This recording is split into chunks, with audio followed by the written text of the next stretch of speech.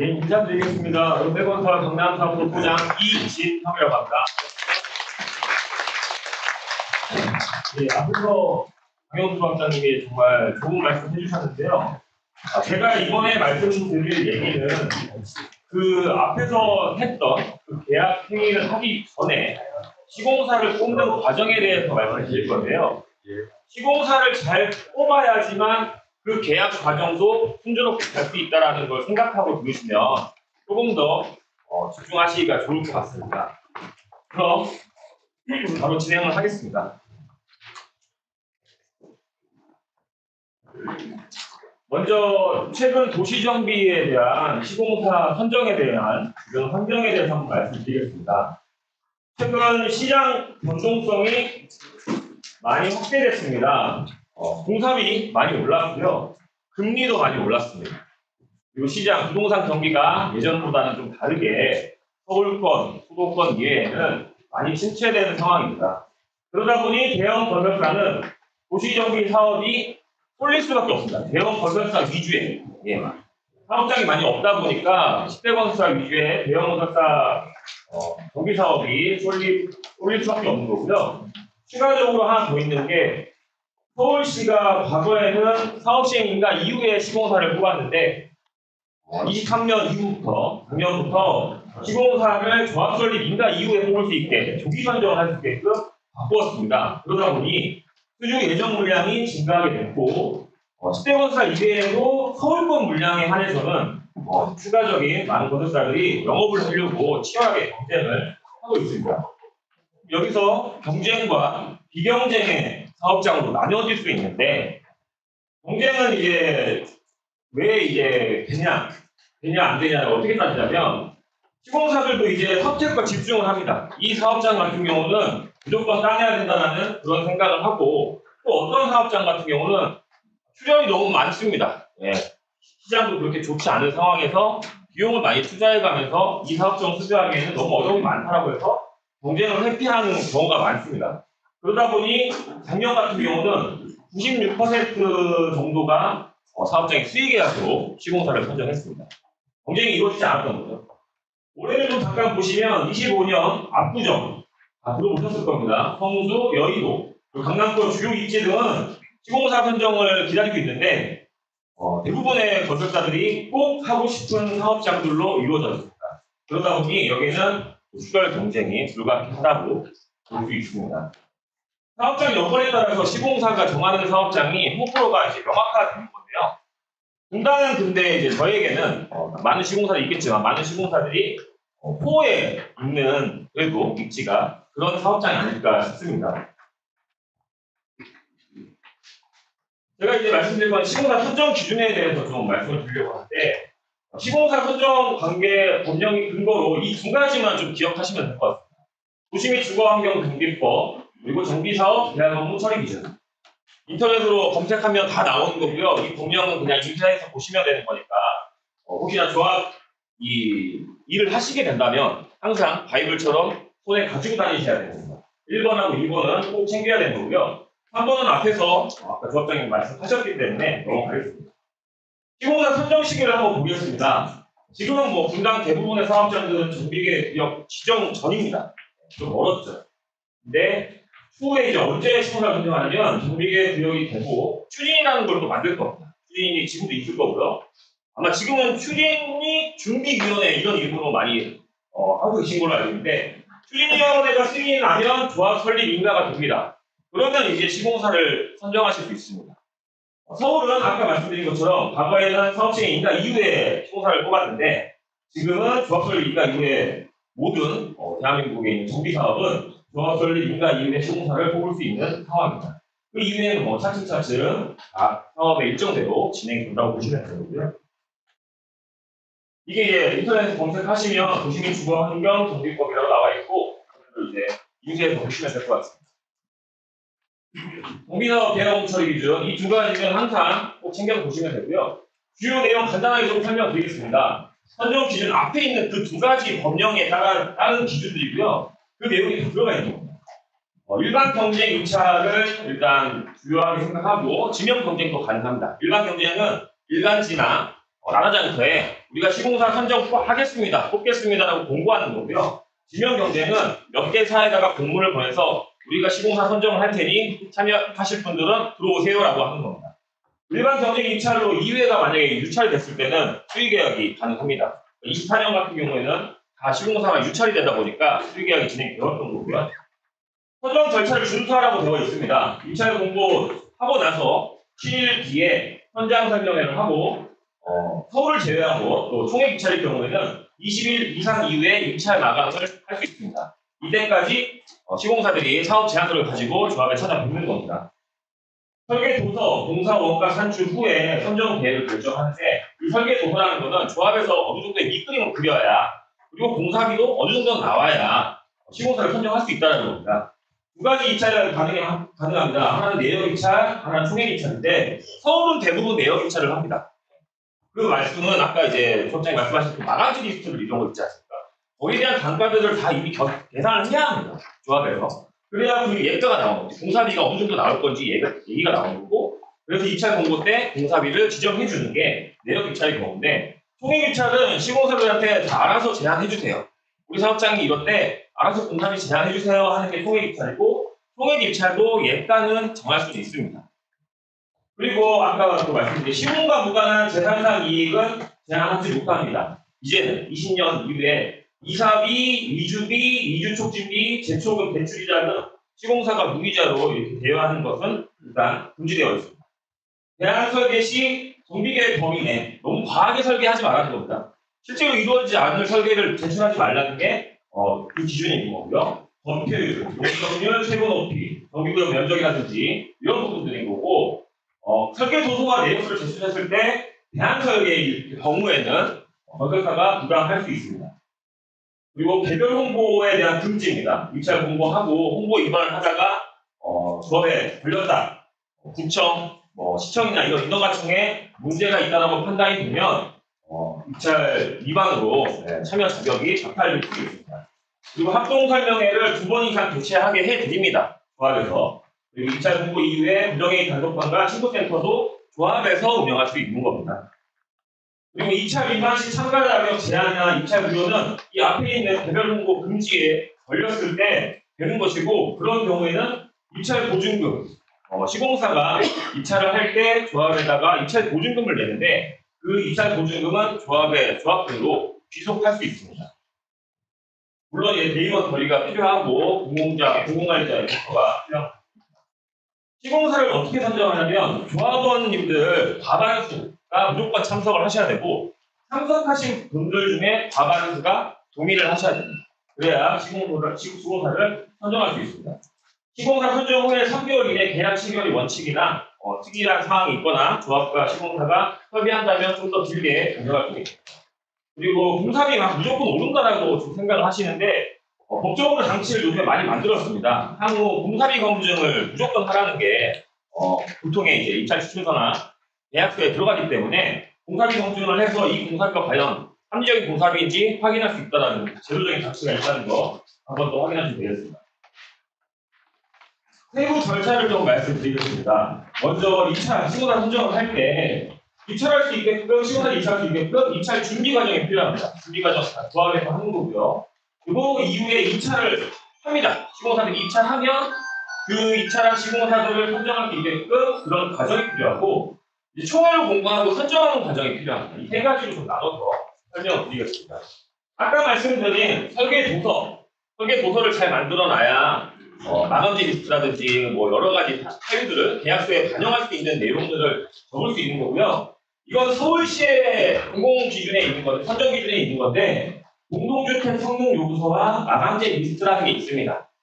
공동주택 성능 요구서, 공동주택 성능 요구서 보시면 이 정도 이상은 검토를 해서 결정을 내야 된다, 참여해야 한다, 이런 성능 요구서가 있으니까 그걸 또 면밀히 검토를 하셔야 되는 거고, 아까 마감재 계약서에 마감재들 있는데 결국 조합에서 입찰을 할 때 마감재 리스트를 잘 만들어서 이렇게 기준을 이상을 줬다라고 하면 절대 계약하실 때 서로 불거질 필요가 없습니다.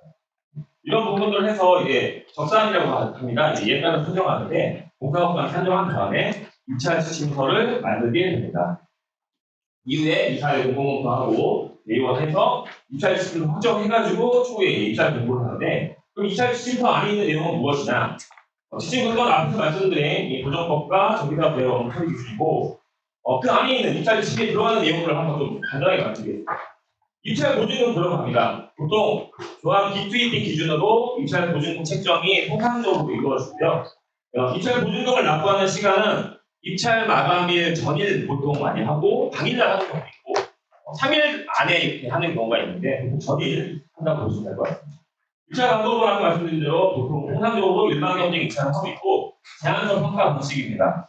시공사가 이 사업장에 대해서 제안을 하는 그 제안서를 보고 조합에 제출하면 많은 조합원님들이 제안서 보고 투표하는 형식입니다. 예정 공사비 이제 예가라고 합니다. 측면으로 보통 예가 얼마 정도 정해놓는데 요즘 당장 최고급 수준으로 한다면 1000만 원 이상 아까 말씀드렸지만 1000만 원 이상 효과한다고 할 수 있고요. 조합 내부적으로는 작사를 그렇게 받았다고 하더라도 어느 정도 할인을 하는 경우가 있습니다. 내고를 합니다. 왜냐하면 시공사들한테 우리 사업장을 이게 입찰 참여하려고 하는 건데 조금이라도 더 좋은 조건이면 좋잖아요. 그렇기 때문에 임대위원, 이사회나 대의원을 통해서 그 적상가보다 조금 더 내고를 해서 예정 가격을 정하는 경우가 대부분입니다. 그 사업 대여금은 관리 처분 인가 전에는 시공사가 돈을 빌려줍니다. 그리고 관리 처분 이후에는 주택도시보증공사의 보증을 받고 금융권, 은행권에 비딩을 해서 거기 선정된 은행이 사업비를 대여해준다라고 생각하시면 될 것 같습니다. 이런 사업 대여에 대한 내용도 들어가 있고요. 입찰 방법입니다. 입찰자 기호 배정, 입찰 제안서 제출 순서 순으로 통상적으로 그렇게 하고 있고요. 선정 방법은 아까 말씀드린 대로 가반수 직접 참석 후 출석조합원의 가반수 투표자입니다. 대학 친구도 아까 말씀드린 바와 같습니다. 입찰 지침 미준으로 적용되어되는 사유는 이렇게 있는데 입찰 보증금을 기부가가 있습니다. 조합 돈으로 가지고 수가 있고 실제로 이런 경우들이 아주 간혹 벌어지기도 합니다. 무엇이 문제여서 그게 적용 무효가 되냐? 공사비를 예가로 정해놨는데 그것보다 더 높게 입찰했을 때 그건 정말 시공사에서 큰 실수를 한 거죠. 대안 설계도 포함합니다. 대안 설계도 그 예가보다 낮아야 되는 게 원칙이고요. 홍보 지침 위반했을 때, 홍보 지침 위반했을 때 당연한 거고, 대안 설계에 가이드라인을 이제 보통 제출을 해주는데, 그때 이 조합에서 제출한 가이드라인보다 맞지 않은 경우, 너무 과하게 허황된 설계를 가지고 왔을 때, 이때 또 적용 무효가 가능합니다. 제안 사업 제출 마감 시까지 당연히 제출 안 하면 적용 무효가 되는 거고, 현장 설명회를 조합에서 진행을 하는데, 그때 꼭 참석을 해야지만 입찰 자격이 주어지는 거라서 비참석 했을 때는 적용 무효가 되는 상황입니다. 또 시공과 관련이 없는 분쟁이나 재산사업 이익을 제공한 업체는 당연히 적용 무효가 됩니다. 이렇게 이제 입찰을 다 하고 나면 추후에 제안의 비교표를 만듭니다. 시공사들이 사업 제안을 하면 2개, 3개가 왔다. 그럼 각 제안서에 있는 내용을 다 봐도 잘 모르실 거 아니에요. 그런 것들을 면밀하게 이렇게 비교하는 비교표를 만듭니다. 검토해서 조합원님들께 통일책자로 보내드리고 있습니다. 홍보 지침 간단하게 좀 하나 보시면요. 공식적인 홍보는 합동설명회라고 있습니다. 아까 현장설명회와 합동설명회를 헷갈리시는데 현장설명회는 조합에서 시공사들한테 우리 사업이 이렇습니다. 참여하실 분들은 들어오세요 하는 게 현장설명회고 합동설명회는 시공사들이 저희 제안 이렇게 해왔습니다. 한번 뽑아주세요 하는 게 합동설명회입니다. 그래서 시공사가 주관하고 조합은 관리 감독을 합니다. 입찰 이후 비교표 달성 후에 아까 말씀드린 것처럼 안내문과 조합 총회책자가 구성되고 최초 합동 설명회 이후에는 조합에서 지정한 장소를 정해주면 거기서는 또 홍보를 할 수 있습니다. 조합에서 지정을 해줘야 됩니다. 홍보감시단 운영은 현장 설명회 이후부터 입찰하고 선정될 때까지인데 조합원들에게 정확한 정보와 입찰 조건을 제공해서 투명하고 민주적 절차를 보장하기 위함이고 공정하게 건설업자 시공사를 선정해야 되니까 이런 부분 때문에 홍보감시단을 운영합니다. 이미 과장 홍보도 단속해야 할 것이고요. 이런 것들을 왜 하냐면 시공사 선정 후에 리버블 주장하면서 소송까지 가는 경우가 있습니다. 그래서 시공사는 우리 몇 번 뽑아야 될까요? 이 사업을 하면서 한 번 뽑아야죠. 당연히. 2번 뽑으면 정상이 아니거든요. 네. 시간이 길어지는 거잖아요. 시간이 길어지면 결국 분담금이 늘어나는 거기 때문에 시공사 처음 뽑을 때 잘 뽑아야 됩니다.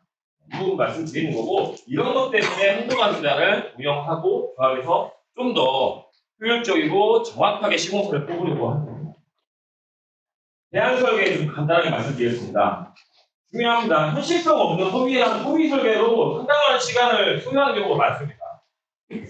저희 사례를 좀 들어보면, 저희 회사 사례 때, 저희는 대안 설계를 정말 잘 지켜서 왔습니다. 안 됩니다. 층수 높이 제한이 있어서 절대 못 합니다.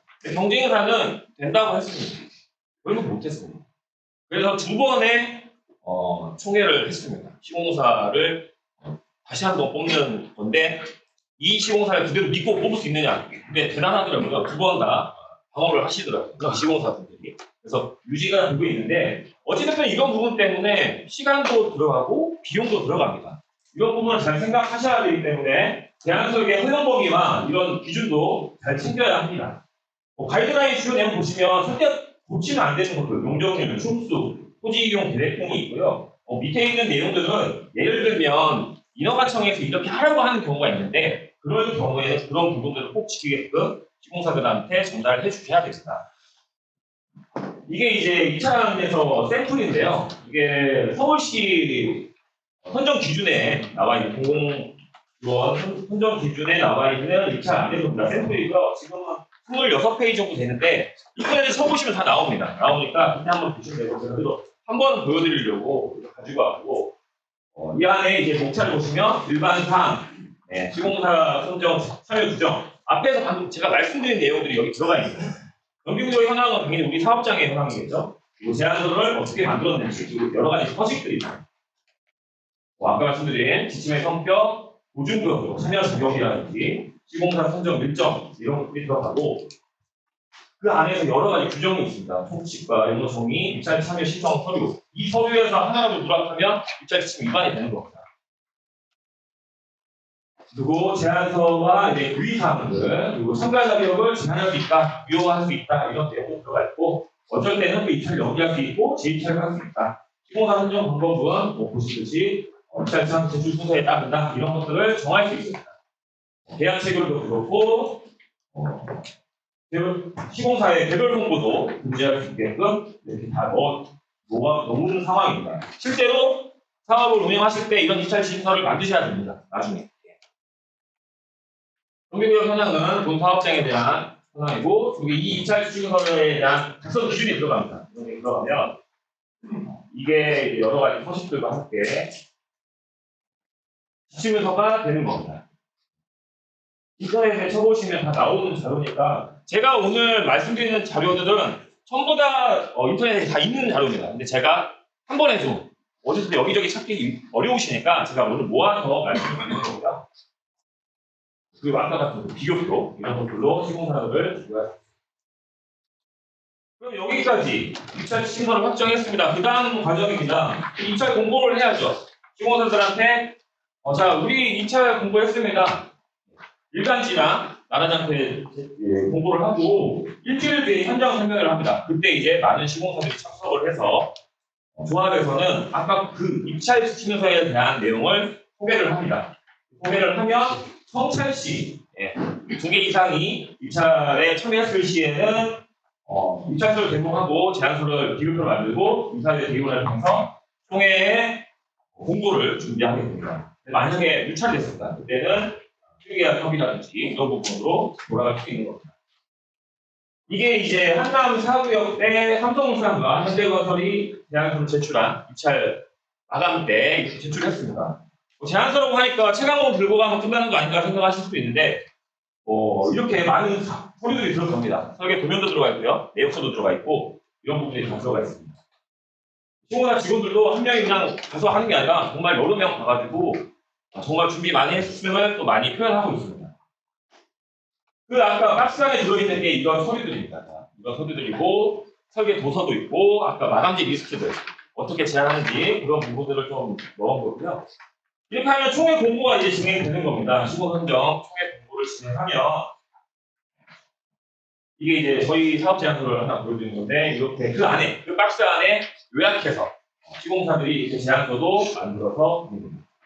그리고 제안서 비교표입니다. 아까 그런 제안서들을 각 시공사들이 만들면 조합에서 이런 것들을 비교해서 비교표를 만들어드리고요. 내용 보면 뭐 법인명, 시공력 평가 순위, 신용등급 부채비율, 정비사업 준공 실적, 당연히 공사비 들어가야 될 거고요. 공사랑 관련 없는데 추가 제공하는 그런 공사비도 있고, 물가 상승 조건이라든지 착공 시기, 공사 기간, 공사비 지급 방법, 분량하는 방법, 조경 공사비 등 여러 기타 사항들, 그리고 이주비, 대여자금, 금리 조건, 사업비에 대한 대여자금, 금리 조건, 그리고 성산했을 때 부담금은 언제 줄 거고 환급금은 언제 줄 건지 이런 부분들도 비교해서 여러분들이 좀 편하게 보시라고 만들어서 배포를 하게 됩니다. 이게 총회 공고와 자료 발송, 총회 책자를 통해서 발송이 되는 거고요. 이게 총회 공고문입니다. 이 공고문에 따라서 여러분들이 언제 투표를 한다. 이거랑 공고를 하는 거고요. 보통 총회 공고하고 투표하는 날짜는 한 3주 정도 보시면 됩니다. 3주 정도 보시면 되고 그 사이에 합동설명회를 진행합니다. 이게 이런 총회 책자가 나가게 되는 거고요.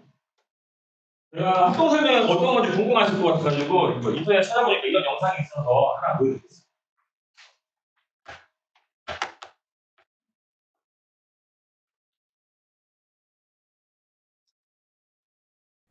어제 저녁 서울 용산구 한남 3구역의 첫 번째 합동설명회가 열렸습니다. 재입찰에 참여한 현대건설, 대림산업, 조합원 표심작에 열을 올리는 모습이었는데요. 어떤 내용들이 나왔는지 진혜진 기자가 들어왔습니다. 한남 3구역 조합은 어제 저녁 7시부터 정기총회와 1차 합동설명회를 열었습니다. 코로나19 감염 위험을 줄이기 위해 총회는 6월 내에 부산에 진행했습니다. 합동설명회는 기호 3번부터 역순으로 이뤄졌습니다. 첫 순서로 나선 기호 3번 GS건설은 지난해 제시한 특화 설계로 사업을 하겠다는 의지를 내비치며 진심임을 호소했습니다. 그런 설계를 입찰자하고 홍보를 하는 것은 불법이라고 합니다. 하지만 그러한 설계로 사업을 진행하는 것은 아닙니다. 그렇게 할 수 있다는 자신감을 가진 것이 저희 제스만의 진심이기 때문에 기호 2번 대림산업은 한남 3구역이 대림산업의 유일한 VIP를 강조했습니다. 대림은 이날 배원복 대표를 비롯해 사장장, 대표이사, 부사장 등이 모두 자리에 참석하며 소주 의지를 보였습니다. 한남 3구역은 저희 대림의 유일한 VVIP 경쟁사들 반포동 124주 그리고 한시 4주 등 대규모 사업을 한남 3구역과 함께하는 반면 저희 대림은 모든 역량과 재원을 한남 3구역에 직접 투입할 모든 준비가 완료된 말씀입니다. 마지막 순서로 나선 기호 1번 현대건설은 윤영준 주택본부 사업장과 김태균 상무가 직접 한남 3구역 조합원이 됐음을 강조했습니다.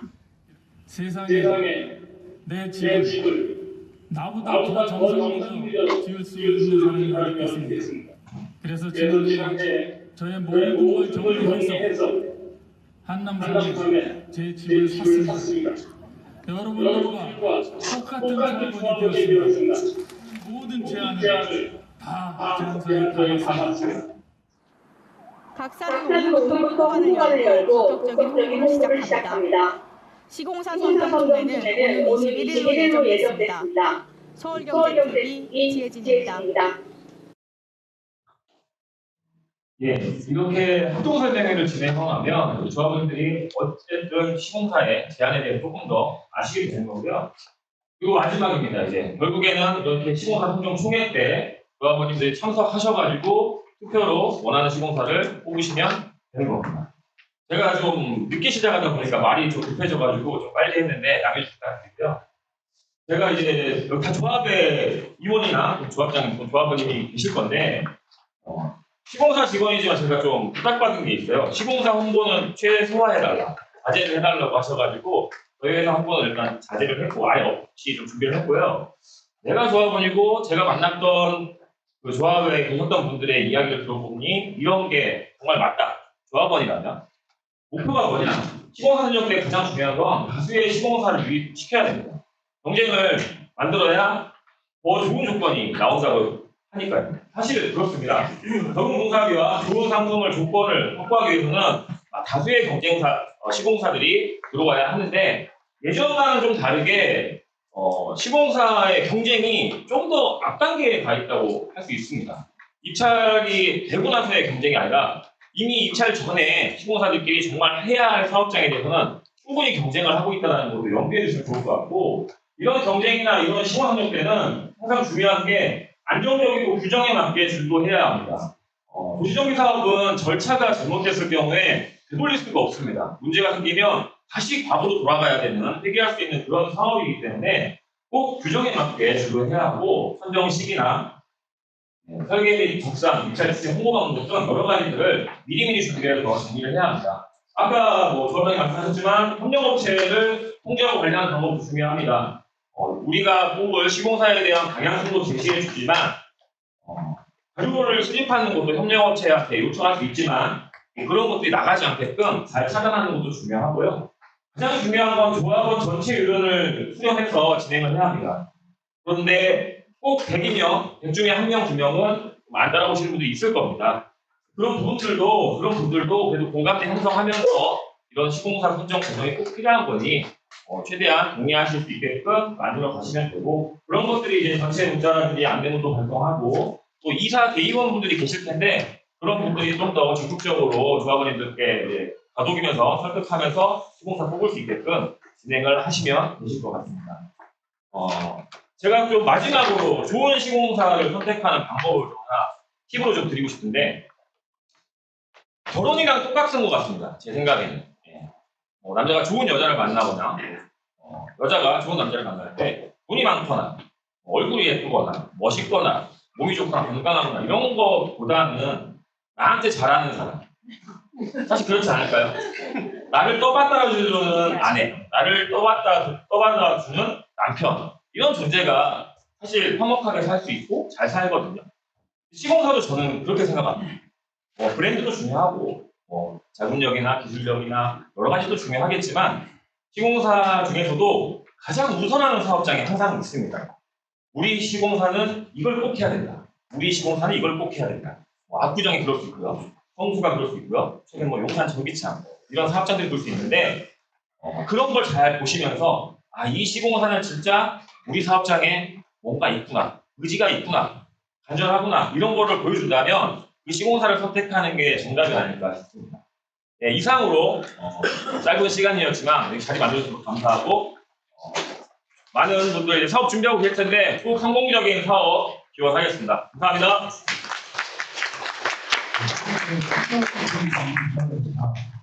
마지막으로 간단하게 질의응답 진행하려고 하는데 현장에서 질문 있으신 분들 폰 넣어주시면 마이크 전달해드릴게요. 그리고 사업 제안서를 안 보신 분들도 많이 있잖아요. 제가 아까 보여드렸던 사업 제안서 하나 갖고 왔으니까 이런 게 사업 제안서만 한번 보시고 가도 좋을 것 같습니다. 그리고 궁금한 거 있으시면요, 지금 손 들고 발표하기 어려우시면 시간이 좀 그러니까 제 위원장님이나 담당국에 말씀하셔서 제 연락 좀 받아가시면 제가 흔쾌히 전화 상담이든 뭐든 다 해드리겠습니다. 감사합니다.